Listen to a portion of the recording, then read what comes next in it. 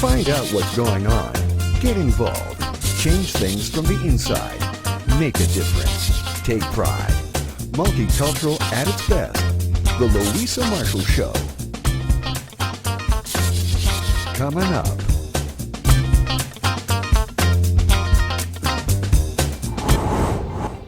All new Simply the Best. Get inspired. On the show, husband and wife team Jonathan and Teresa Penner. Their LifeApp has been shining light on one community at a time, one family at a time, one couple at a time since 2014. Teresa and Jonathan share their ongoing journey helping a family in their struggle to provide their daughter, Sydney, a clean, healthy living space. Sydney has advanced stages of spinal cancer, and her family desperately needs home repairs for her palliative care. Join us today on our special show. We want to ask for help for Sydney and her project. We want more support. We want this to be a successful project. It inspires the community. But I think along with that, we want to really invite our community and encourage them to come up with their own Live, Love, Well project. Get ready to be inspired. All these coming up. We're going to do something about this because together we can solve something that an individual or family may not be able to solve. Hello, hello, hello. We have a special show for you. Take a look. We're here in Langley today. And we are about to launch another Live, Love, Well project with LifeApp. These projects are actually an opportunity in our community to see somebody in need and do something for somebody that they really couldn't do for themselves. This project happens to be a home repair, but Living Love Well could be any need that we identify as a community. And we step in and we say, we're going to do something about this because together we can solve something that an individual or family may not be able to solve on their own. Before I was diagnosed, and I was 15, so I went from this happy-go-lucky girl to a girl who beat cancer to a girl who now has to live with it for the rest of her life. And so I got depressed. And then I woke up one morning and I was like, this is it. We're gonna do this. And I moved out a week later to an island by myself. Life was life again. I was working in a bakery, so I spent my summer on the beach and in the bakery and doing everything that I love to do. And I got engaged that summer, and so it was a life-changing summer for me. And then it came back again. It's something that I live with. It's something that my husband lives with, and my parents and my brothers, and it's not always easy. To be able to have a space to cook again freely would be amazing. So this is what we need and how you can get involved. We are going to transform the Weeb family home. We're going to take it from leaky plumbing pipes and wet drywall from a leaky back deck. We're going to fix it up. We're going to make a wheelchair accessible bathroom. We're going to transform that house, but we cannot do that alone. We need tradespeople, sponsors, donations. And so we want to facilitate and create a space and an opportunity for people to live, love well here in Langley. Welcome to Simply the Best, Teresa and Jonathan. How are you guys? We're doing great. Yeah, we are. We're doing what we love to do. Well, in 2014, we started an organization called LifeApp. Our vision is a world rooted and grounded in the art, science, and spirit of love. And our mission is to empower more people to live, love well. So right now, because there's a whole bunch of different pieces to that. There's an educational component. There's an inspirational component. We before COVID, we were doing, and we will be doing again, a monthly event that's like a TED Talk meets an Oprah interview with a late night show band and some great food for an after party that inspires and starts conversations that matter. But what we're doing here is we're doing what we call a Live, Love, Well project, which is an opportunity for us to go into a community and actually somebody from the community, it's not us that looks around, somebody from the community highlighted in this situation a specific need. And it was a need that was beyond the capacity of that individual family to be able to solve that problem, that challenge. And they approached LifeApp and said, would you help us help this family? And So one of the things that we're good at is rallying teams of people to come together and make a difference. So our goal is to gather tradespeople, volunteers, organizations that want to make a difference, get our GoFundMe page up, and really create a healthy, good space in the Weeb family home for their daughter, Sydney, who is suffering with terminal cancer. And we're just really wanting to make a space where she is able to live for as long as she can, as well as she can, and under the care of her parents' home. Your LifeApp home project, Shower with Sydney. Tell us what's going on right now. Like what's going on specifically at the project? Yes, because I read that you started the project on November 8th. That's right. And you're hoping to finish everything on December 15th? Yes. Do you have much time to finish it? Yeah, it is a really crazy schedule, and it's only because we have some really, really generous people that are willing to pull double shifts. They go and they work their own shift, and then they show up and they come and they work at the job site. And we have framers and plumbers and electricians, and it's just extraordinary the number of people that show up and help. And so it is a lofty goal, and we do believe that we will make it, but yeah, it's going to be really like push. It's a challenge. It's Yeah. a challenge. Very challenge. There are elements, as with we've done quite a number of these projects, both with our organization LifeApp and other organizations. One of the challenges is that when you get into the project, there are always things that you see that you couldn't have predicted. And so, our goal, our objective is not just to go in and do the utilitarian need of one particular thing that a family might need, but to actually go above and beyond and create a space that is going to help them thrive. And so in this case, that means mid-project, there were a number of items where we had to have engineering. We had to have city permits, and that doesn't normally move quickly. No, it doesn't move quickly, and it slows down the project. And those are all things that we have to deal with. But I think one of the things that we're excited about is that when we first took on the project, it's a typical BC box, 2-story BC box. And we said, we will tackle the basement and make a space for your daughter, Sydney, and her husband, because Sydney is now married, for them to live independently and have the support of mom. And this family actually has a son who struggles with autism. And so we're also creating an independent living space for him in this 900 square foot space that we're working with.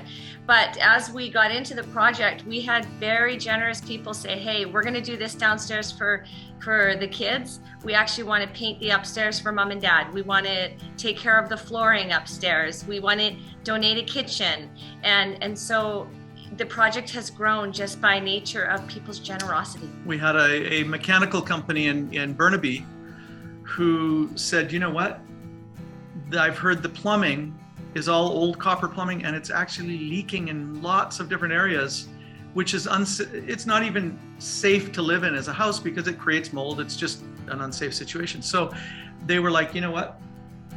We will take care of all the plumbing. We will replace all the plumbing. But not only that, we actually had local plumbers as well. We have a local plumber and his team that are also working, and they're taking part of it. So, it's not just all on one plumbing company there. We've got trades stepping up and sharing the load together, and we could not do it if it wasn't for extraordinary generosity. Yeah. And even, I got to say, even the, going back to the engineer and the city, normally it takes months. It can take weeks to months to pull permits. We don't have that for this project because the need was not brought to us. Sometimes we do have 4 or 5, 6 months for prep, but in this case, it was brought very close to a tight timeline, and the city has been outstanding in terms of their willingness to work with us, to work with an engineer. An engineer stepped up and said, I am all in. I'm on your team. and I will do whatever it takes to make sure everything is properly drawn up and engineered and ready to go. And so it is amazing to watch the spirit of other people who simply want to send out love and want to live in a way that actually brings benefit and a blessing to others in their world. And it's not all about them. Well, because you guys are spreading love. Look what happens. It's infectious, right? It's very infectious. Are you still looking for donations, support from the community to finish the project on time? Yeah, we are definitely looking for donations. One of the challenges with this project is that it actually requires 2 kitchens, because mom lives upstairs and daughter and husband, Sydney and her husband Cam, are living in the basement. So we're working to put in a legal suite for them so that she can live as independently as long as possible and actually enjoy probably the thing that she is the most passionate about, which is cooking and baking. So we want her to be able to continue to do that for as long as possible. So that's one of the challenges, is 2 kitchens is a huge order. And we have had a kitchen company step up and say, we will give you the cabinets at less than cost. But it's a tall order. So we also have a lot of appliances. Their appliances were in terrible disrepair. So there are many needs still. We'll be back. Don't go away. This project happens to be a home repair, but Living Love Well could be any need that we identify as a community. And we step in and we say, we're going to do something about this, because together we can solve something that an individual or family may not be able to solve on their own. We need tradespeople, sponsors, donations. And so we want to facilitate and create a space and an opportunity for people to live, love well here in Langley.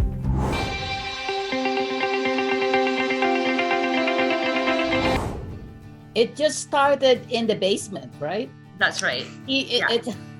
Well, wow, you guys. Sadly, Sydney is in her advanced stages of spinal cancer and in need of palliative care that's her parents' home, right? Yeah. Okay. Yeah. So besides the building supplies and the manpower, what else do you think the family needs to do to care properly for Sydney? Well, one of the big things that we absolutely have to put in, and it's a more expensive type of bathroom, is we need to have a wheelchair accessible bathroom. She's not yet in a wheelchair, but the tumor is on her spine, and the doctors have said that this is a very high likelihood that this is where her future will be if she has another surgery. They are not able to remove the tumor, but they're able to debulk it. And so when they debulk it, the last time they did that in the spring, she was in a wheelchair. She had to relearn to walk. And if they go in again, they suspect that she will end up in a wheelchair for good. So there's expenses there. There's medical expenses that people have that, as your condition changes. So she's had the family has had a lot of financial strain because they've done a lot of experimental medications down in Boston in the States. So,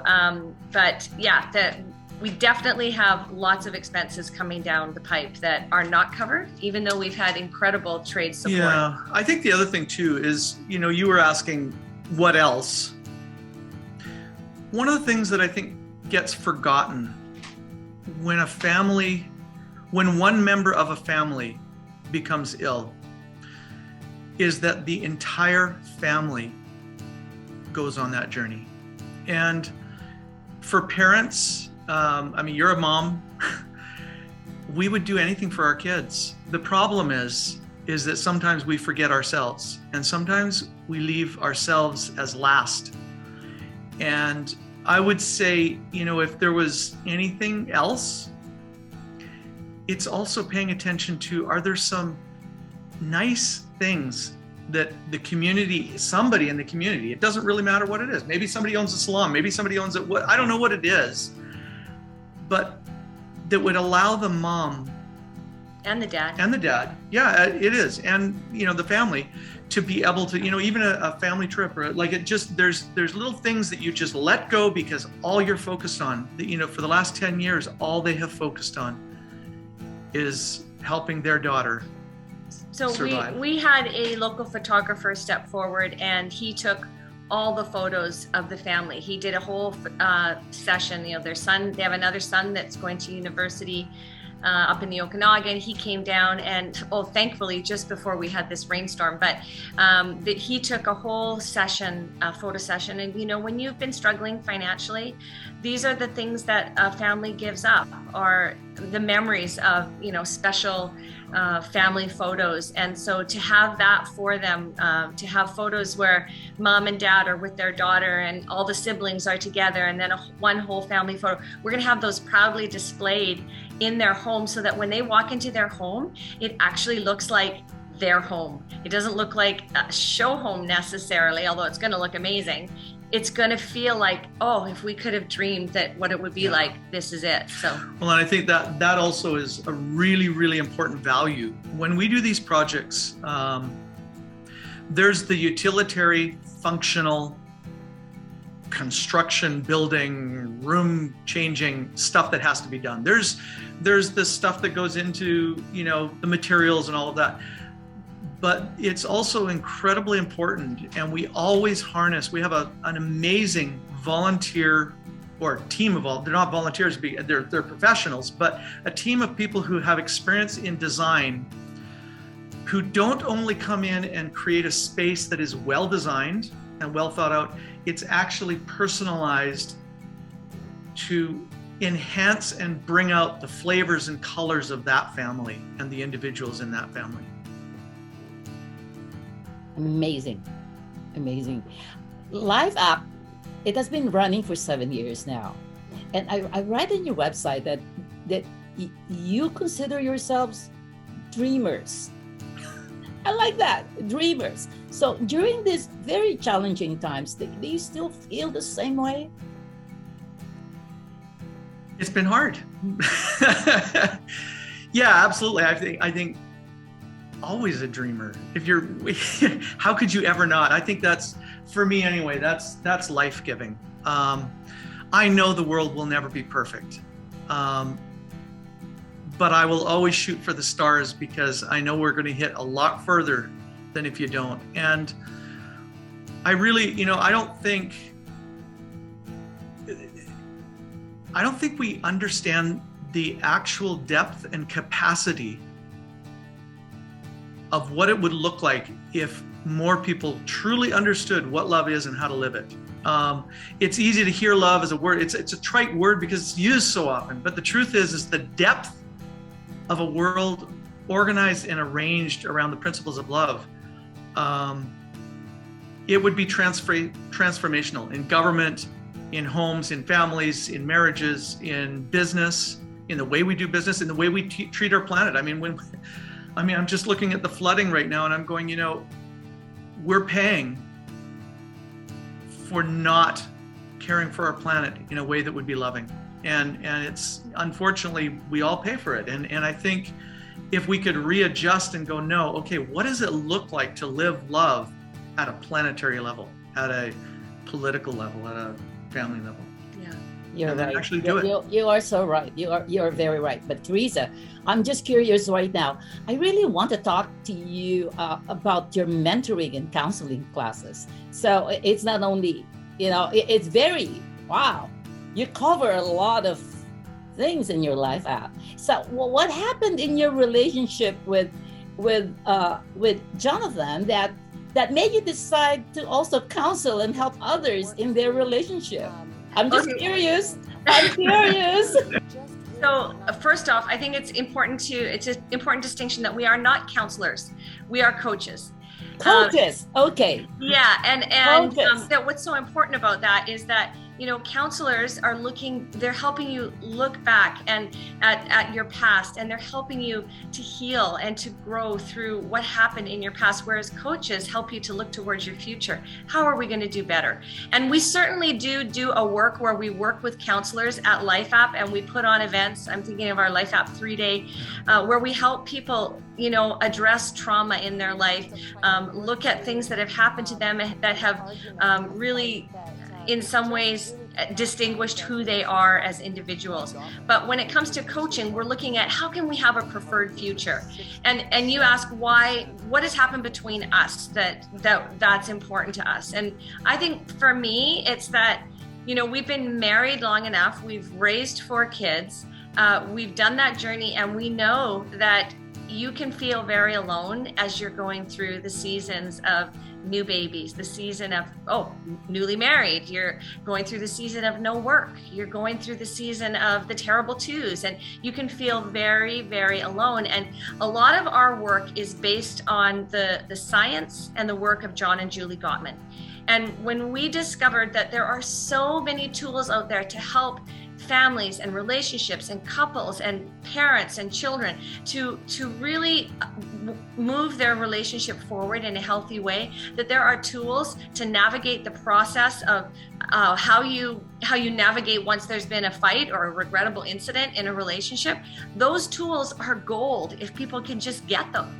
And I think that's why we're passionate, because we know that we've seen it in our own marriage and in our own friendship and our own relationship. I don't know if we would have made it had it not been for the coaches and mentors in our own life. Yeah. And it doesn't necessarily mean professional coaching all the time, but many people have invested their relational coaching and mentorship to us in ways that have transformed our relationship. And so in some ways it's a giving back. 100%. I remember when we first got married, Jonathan said to me, he said, I want to be the kind of person that is always looking to people that are a little bit ahead of us and have done well, and to learn from them. And he said, that's what my parents did.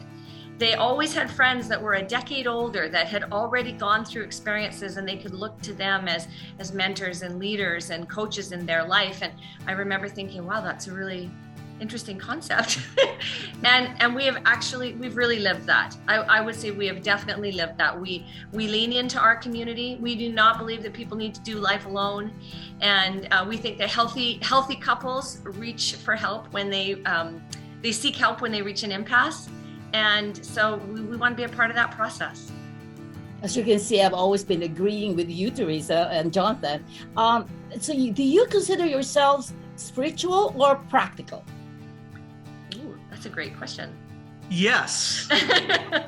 Which one? Yes. Or practical? Yes. I would say both. I think that spirituality would probably be pretty useless if it's not practical, and I think practicality is pretty useless without spirituality. Yeah, I would say it's both. It's a both and. Yes, and you Not guys are really practical in a way that you really learn from others. And I think that is the most important thing. It is you have to learn. It's just like Canada, our country, learning from other countries. It's a no-brainer. Yeah. Yeah, and I think actually,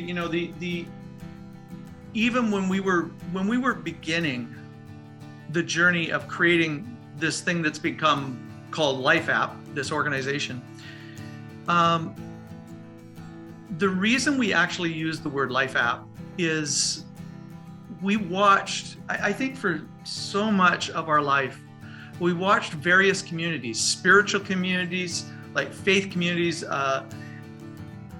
communities built around seminars and workshops, and communities in various dimensions where people would belong, and yet change wouldn't happen. Nothing would change. Things wouldn't change. And so one of the things we really felt strongly about is there needs to be a real intentionality about practical application, but it has to be rooted in the deep understanding of the spiritual realities of love and what that is and what it really looks like. So that's why it's most definitely a both and. That's great. Wow, you two. So you've been busy with a project right now. It's undergoing. What do you say to Sydney? Don't watch this show because you're not allowed to be on media. Actually, we forbid them from being on any social media at all. And we find that the families that we work with, they don't want to know. They want to be surprised at the end, and they're excited. They're grateful for anything that they get. this is definitely a family that it's a really wonderful, loving family that has suffered for far too long, for well over a decade. And just for our community to step up and say, you know what, we're going to do something and we're going to help. It's amazing. So at this point, they're not allowed to watch any social media. They're not allowed to be on TV, and they turn their face if they don't come down their street. They're not even living around the area. So they don't know what's really happening. They just know we're going to help. Yeah. Seriously. We want to ask for help for Sydney and her project. We want more support. We want this to be a successful project. It inspires the community. But I think along with that, we want to really invite our community and encourage them to come up with their own Live, Love, Well project. A home repair is not the only thing we can do to make a difference in our community. Maybe you feel passionate about seniors, and you could dedicate every Tuesday night that you're going to go and you're going to read stories to seniors at a local, old folks home. Or maybe you're passionate about the local school, and you're an artist, and you could donate the opportunity to, paint the side of the school. I don't know, but there's all sorts of things that we can do as a community to show up with love. And we actually want to start a little bit of a revolution that way. And so that's my ask for the community is think of what you can do and tell us about it. And if we can, we'll join you in the journey at LifeApp. And it's exciting. So when's the reveal? Okay. So we're very excited about the reveal. What I can tell you is that the original plan is that the reveal will be on December the 13th.